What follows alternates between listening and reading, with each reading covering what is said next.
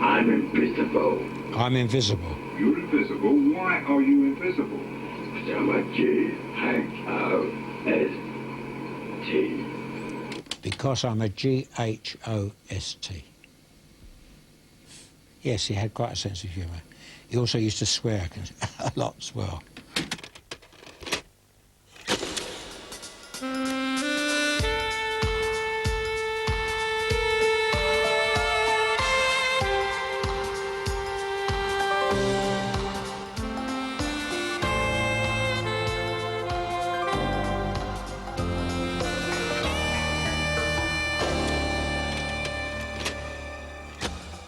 I'm Maurice Gross, and I'm one of Britain's leading psychic investigators. I'm 76 now, and still on the trail of ghosts and poltergeists.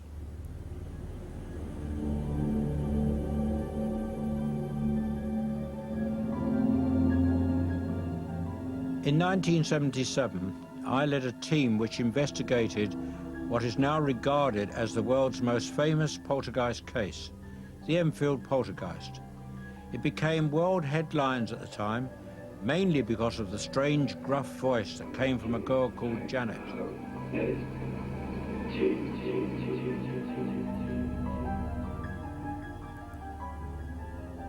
Hollywood soon got in on the act, and the makers of several box office hits acknowledged a debt to my case in Enfield.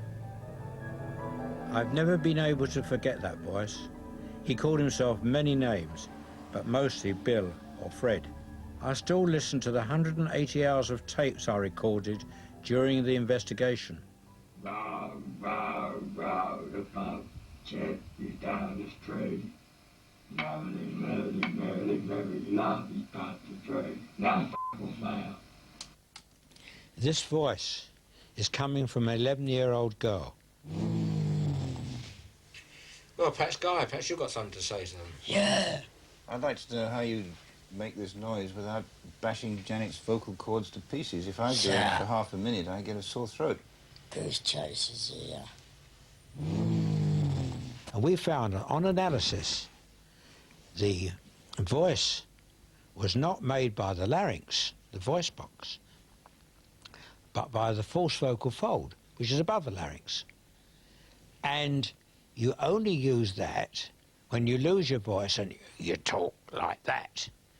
Well, if you talk like that for more than a couple of minutes, you start getting a sore throat.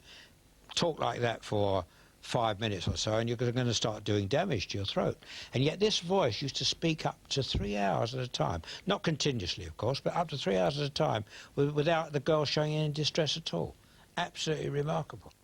The voice was just part of it. The girl levitated, going from horizontal to vertical in a sixth of a second. Furniture was thrown around the rooms. The house was swarming with journalists. But after 4 days, they were baffled and frightened and called my team for help. A policewoman gave a sworn affidavit of the extraordinary activity she witnessed. Even the ghost chipped in. The death certificate confirmed the truth of what the ghost was saying. Many objects materialized out of thin air.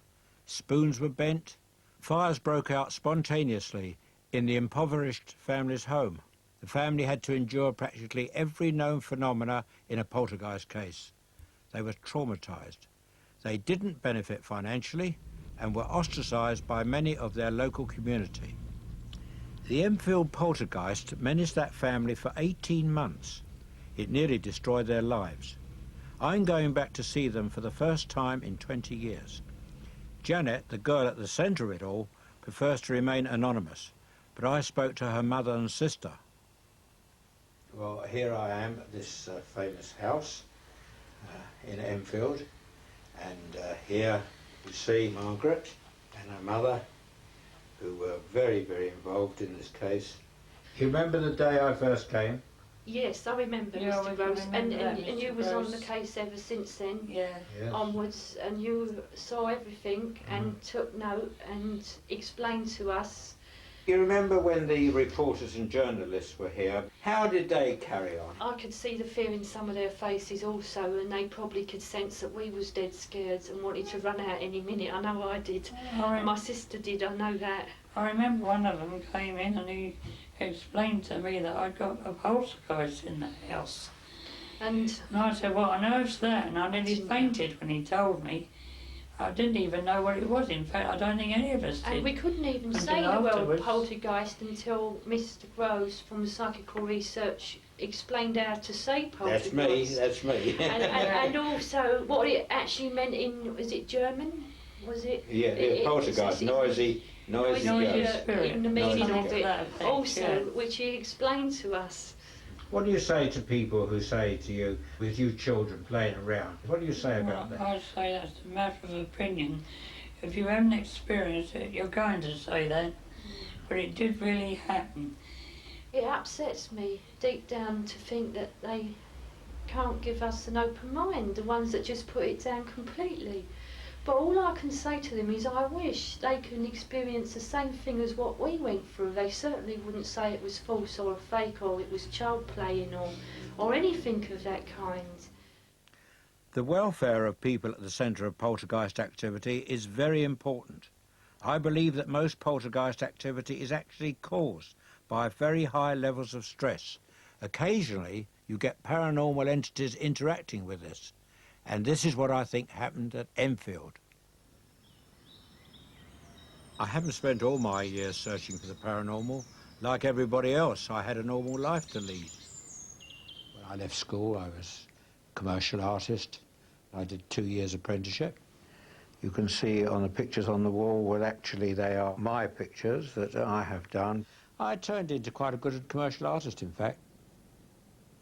But then the war was looming, and I joined the Royal Artillery, super heavy guns.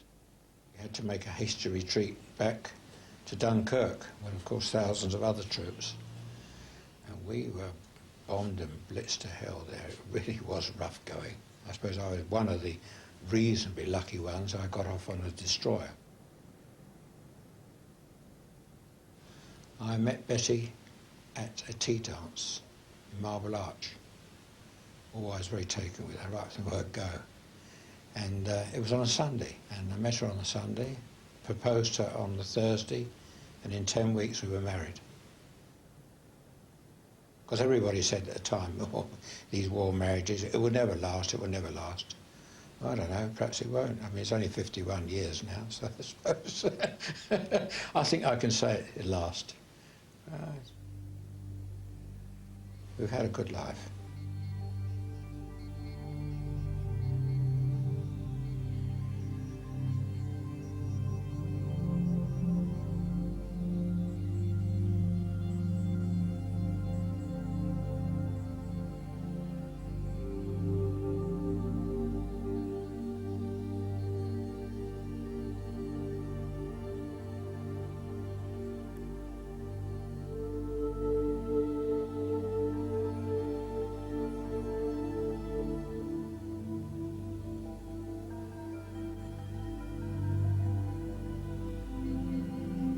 A good life, that is, until the death of our youngest daughter, Janet, in a road accident.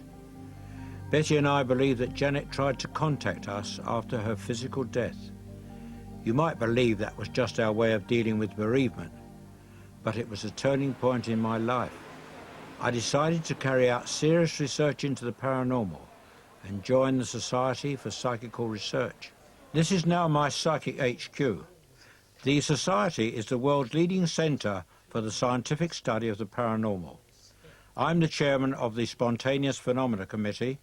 People write to us from all around the country with their strange cases, which we investigate on a non-fee paying basis. Can you recap on who he said was psychologically disturbed? He said What name of who was it? Because there's so many names. That's the covering letter, isn't it? Yes, on the covering letter.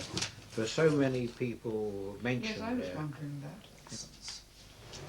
Expert in the early 60s and a retired university lecturer. Well, I think we can dispense with that case then, yeah. We had a letter from a woman in Watford.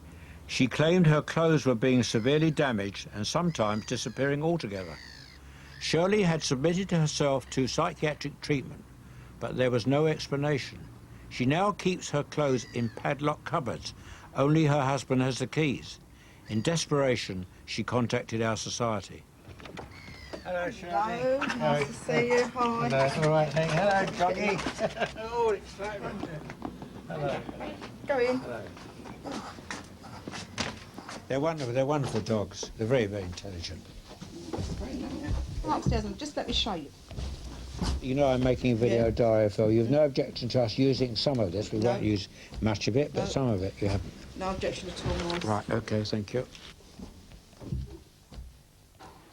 And here the famous this padlock is my husband's wardrobe. Padlocks on that one. This is mine with the stronger lock and chain. Again, I don't even touch these normally. You can't, can you unlock No, my husband's got the keys. There's only one set and he's got them with him. Have any shoes or clothes or anything disappeared from that one? Oh, yeah. Whilst it's been padlocked up recently? Yeah. Yes, oh, yeah. In the last few months I've had a shirt from there and a skirt. Sometimes I forget and then I suddenly think, oh, I haven't seen that skirt or whatever. And from the bottom, I mean, my brown boots were actually in that wardrobe when they the box. We actually found the carrier bag in the bottom of that wardrobe. Now, when you want anything out of there, you have to ask your husband to I leave, if he isn't in, I leave him a note. I had to leave him a note actually last night to leave this skirt and sweater Well, that's out. Dreadful. Yeah, really? And sometimes he goes out and I have to say, no, excuse me laughing, but it seems to be a ludicrous situation. I don't tell people, I don't say anything to anybody. Come on, dog, you're the one who's responsible, I'm sure. You are responsible for it. Oh, look at him wagging his tail. I wish he knew. If that dog could talk, he'd be able to tell me a lot of things. Yes, I'm sure he would. Yes. May I suggest to you that you stop all this padlocking business and get back to a normal life. And if things still disappear, you start to accept it and see then whether it starts to diminish. I think, you see, I think what is happening is that let's assume that it is paranormal activity. I mean, make the assumption it is paranormal activity. By having all these padlocks and bolts and sleeping in the spare room, you are continuing a high-stress situation. Now, if you're continuing this high-stress situation, and if it is paranormal activity, if it is teleportation, the movement of objects or whatever is happening,